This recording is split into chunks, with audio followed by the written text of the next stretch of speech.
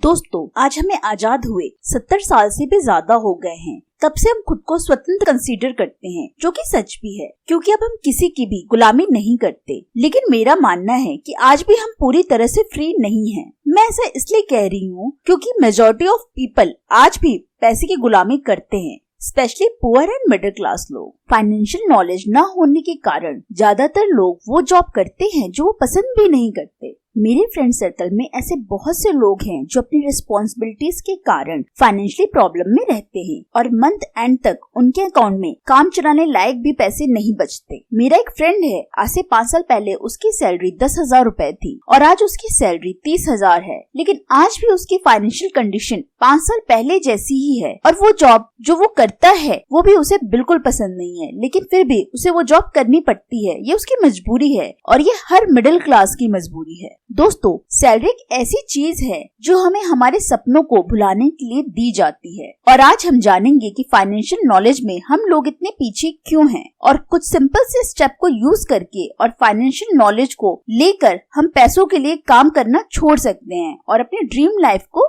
Fulfil कर सकते हैं। इस वीडियो में आप वो बातें जानने वाले हैं जिसको फाइनेंस एडवाइजर्स बताने के लिए बहुत ज्यादा फीस चार्ज करते हैं, लेकिन इस वीडियो में ये सारे टिप्स बिल्कुल फ्री हैं। बस आपको नीचे सब्सक्राइब के बटन को क्लिक करना है, जिससे थोड़ी हमारी हेल्प हो और थोड़ी आपकी भी। चलिए अब बात करते हैं स्टेप्स के बारे में। दोस्तों, हमारा एजुकेशन सिस्टम 200 साल पुराना है। उससे पहले फॉर्मल एजुकेशन सिर्फ कुछ ही लोगों को मिला करती थी, लेकिन उसके बाद जब इंडस्ट्रियलाइजेशन का दौर आया तो जगह जगह बड़ी बड़ी कंपनियां खुलने लगी। तो इन कंपनी के मालिकों को रियलाइज हुआ कि उनको स्किल्ड वर्कर्स की जरूरत होगी। इसी की वजह से स्कूल और कॉलेज को खोला गया और इन स्कूल और कॉलेजों में बच्चों को ऐसे ट्रेन किया गया कि बिना सवाल जवाब के वो हर बात माने जो फैक्ट्री ऑनर्स चाहते थे। और इस शिक्षा व्यवस्था को ऐसे मार्केट किया गया कि स्टूडेंट के लिए बहुत ज्यादा फायदेमंद है, इसी के जरिए उनको रोजगार मिलेगा। इन शॉर्ट, ये इंस्टीट्यूशन एक फैक्ट्री की तरह काम करते थे जिसमें अमीरों के लिए वर्कर्स प्रोड्यूस किए जाते थे। लेकिन दुख की बात तो ये है कि हम आज भी इसी एजुकेशन सिस्टम को फॉलो करते हैं। दुनिया के काफी सारे सेल्फ मेड लोगों ने इसे बेबुनियाद बताकर खारिज तक कर दिया है, जिसमें Elon Musk, Warren Buffett and Robert Kiyosaki जैसे कई बड़े नाम शामिल है। रॉबर्ट कियोसाकी तो यहाँ तक कहते हैं कि एजुकेशन सिस्टम हमें गरीब कैसे रहना है ये सिखाता है। उन्होंने एक बुक भी लिखी है, why A student work for C student, जिसमें उन्होंने बताया है कि जो बच्चे स्कूल में अच्छे ग्रेड्स लाते हैं वो उनके लिए काम करते हैं जो स्कूल में अच्छे ग्रेड्स नहीं लाते। स्कूल और कॉलेज में जो माइंडसेट बना दिया जाता है उसी की वजह से हमारी लाइफ फाइनेंशियल स्ट्रगल में गुजरती है, क्योंकि एजुकेशनल इंस्टीट्यूट में हमें जीरो फाइनेंशियल नॉलेज दिया जाता है। इसी की वजह से आम आदमी में फाइनेंस की इतनी कम समझ होती है। क्योंकि अब आप इस चैनल से जुड़ गए हो तो इस बात की तो मैं गारंटी देती हूँ कि आपकी फाइनेंशियल नॉलेज और लाइफ में ग्रोथ तो पक्का है। बस आप इस चैनल को सब्सक्राइब कर दीजिए और रेगुलर व्यूअर बन जाइए। चलिए तो शुरू करते हैं। इसको सिंपल रखने के लिए मैंने इसे 3 पार्ट्स में डिवाइड किया है। तो स्टेप नंबर 1 है सेटिंग गोल्स।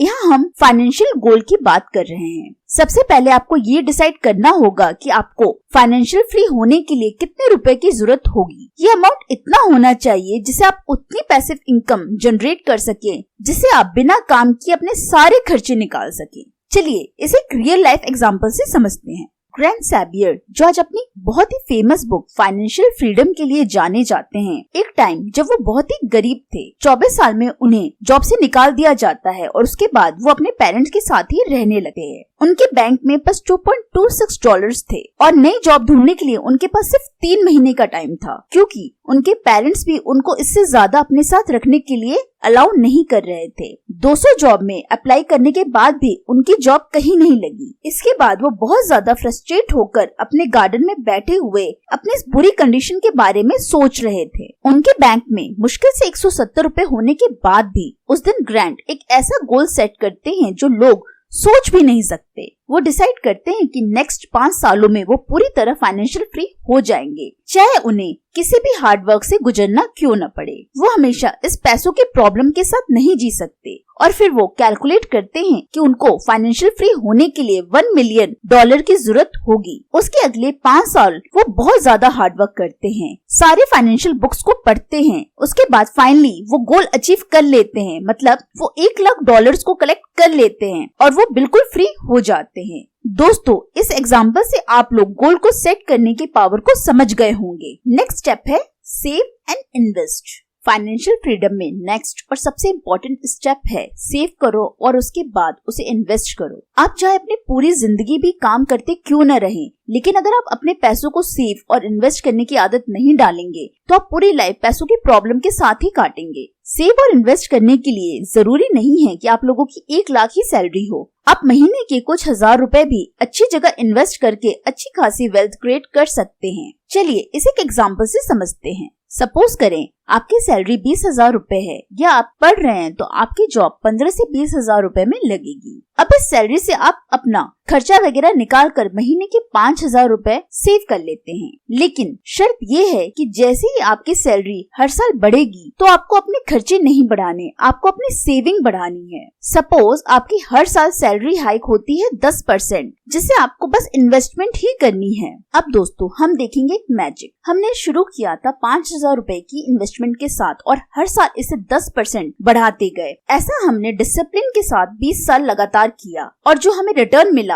वो था 15%। और दोस्तों 20 साल के बाद जो अमाउंट बनेगा वो होगा 1.3 करोड़ रुपीस। और ये इतना बड़ा अमाउंट बना सिर्फ 5,000 रुपए की इन्वेस्टमेंट की शुरुआत से। और दोस्तों यही होती है कंपाउंडिंग की पावर। अब आप ये सोचेंगे इन्वेस्टमेंट कहाँ करनी है और कैसे करनी है, तो इसके लिए मैंने सेपरेट वीडियो बनाई है जिसका लिंक मैं वीडियो के एंड में दूंगी। अब बात करते हैं थर्ड स्टेप, और ये स्टेप इन्वेस्टमेंट के लिए तो जरूरी है ही, इसके अलावा ये पूरी लाइफ के लिए भी काफी हेल्पफुल है। वो है डिसिप्लिन एंड पेशेंस। यूएस में एक सर्वे किया गया कि कौन लोग हैं जिन्होंने सबसे ज्यादा वेल्थ क्रिएट करी है, और सर्वे का रिजल्ट कुछ ऐसा आया कि सर्वे करने वाली टीम भी हैरान रह गई थी, क्योंकि जिन्होंने सबसे ज्यादा वेल्थ क्रिएट करी थी उनमें से मैक्सिमम लोग तो मर चुके थे। अब ये बात आपको अजीब लग रही होगी, बट इस एग्जाम्पल से मैं ये समझाना चाह रही हूँ कि जो लोग अपने इन्वेस्टमेंट को लंबे टाइम तक होल्ड करते हैं उनकी वेल्थ सबसे ज्यादा क्रिएट होती है। और इस सर्वे में मरे हुए लोगों की ज्यादा वेल्थ इसलिए थी क्योंकि वो इन्वेस्टमेंट करने के बाद मर गए। उन्होंने अपने इन्वेस्टमेंट को छेड़ा नहीं, जिसकी वजह से टाइम के साथ उनकी इन्वेस्टमेंट कंपाउंड होती रही। बहुत सारे लोग हैं जो गोल सेट करते हैं, पैसे सेव और इन्वेस्ट भी करते हैं, लेकिन डिसिप्लिन और पेशेंस नहीं रख पाते। मतलब कई महीने वो पैसे डिपॉजिट करने में लापरवाही कर देते हैं और कई बार अपने इन्वेस्टमेंट को अच्छे रिटर्न से पहले ही यूज कर लेते हैं और पैसों की कंपाउंडिंग उनको मिल नहीं पाती। और फिर आप ये सोचते हैं कि कुछ ज्यादा बेनिफिट तो हो नहीं रहा, और आप ऐसे सोचते हुए अपने इन्वेस्टमेंट को बंद कर देते हैं और वापस उसी स्टेज पे आ जाते हैं जहां पहले थे। इसीलिए वॉरेन बफेट कहते हैं कि ज्यादातर लोग इसलिए गरीब हैं क्योंकि कोई भी धीरे धीरे अमीर नहीं बनना चाहता। लेकिन दोस्तों अमेज़न का एग्जाम्पल हमेशा अपने माइंड में रखें कि अमेज़न को भी पहला प्रॉफिट कमाने में 15 साल लग गए थे और आज अमेज़न की 1 घंटे की कमाई है $8 मिलियन। तो दोस्तों इस एग्जाम्पल से हमने समझा कि डिसिप्लिन और पेशेंस लाइफ में कितने इंपॉर्टेंट रोल प्ले करते हैं। अगर आप भी अपनी लाइफ में ग्रो करना चाहते हैं तो डिसिप्लिन और पेशेंस की प्रैक्टिस आज से ही शुरू कर दीजिए। तो दोस्तों आज इस वीडियो में हमने 3 स्टेप्स के बारे में जाना। पहला है सेटिंग गोल्स, सेकंड है सेविंग और इन्वेस्टमेंट, और थर्ड है डिसिप्लिन और पेशेंस। ये 3 स्टेप्स को फॉलो करके आप बहुत जल्दी अमीर बन सकते हैं। अगर आपको ये कंफ्यूजन है कि इन्वेस्टमेंट कहाँ करनी है और कैसे करनी है तो लेफ्ट वीडियो पे क्लिक करें।